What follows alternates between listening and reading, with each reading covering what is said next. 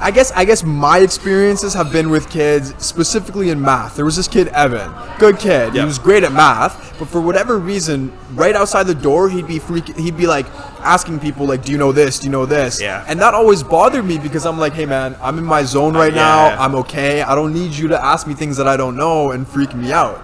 Because one of the things that I learned, I've never been a good tester, so one of the things that I learned was just being calm and having confidence. Because thinking rationally, as opposed to thinking emotionally and panicking, I find you do a lot better.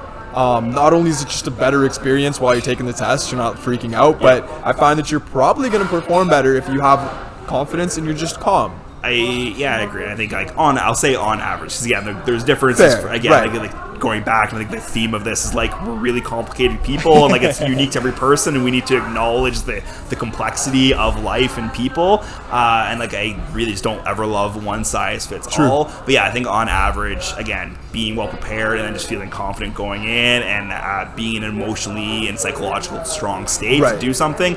On average, people perform better that way. I think that's again true. Again, so it doesn't matter what you're working on, what you're doing.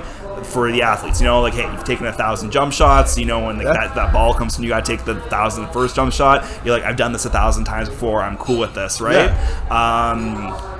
But at the same time, I had those friends who threw up before every game, and then when that's when they had their best games, is when they yacked right before the game, right? Out of stress, like they're so stressed before the start of a game that they have to physically throw up, but then they go out and perform amazingly. And it's like when they didn't throw up or they weren't stressed out, is that they weren't that good.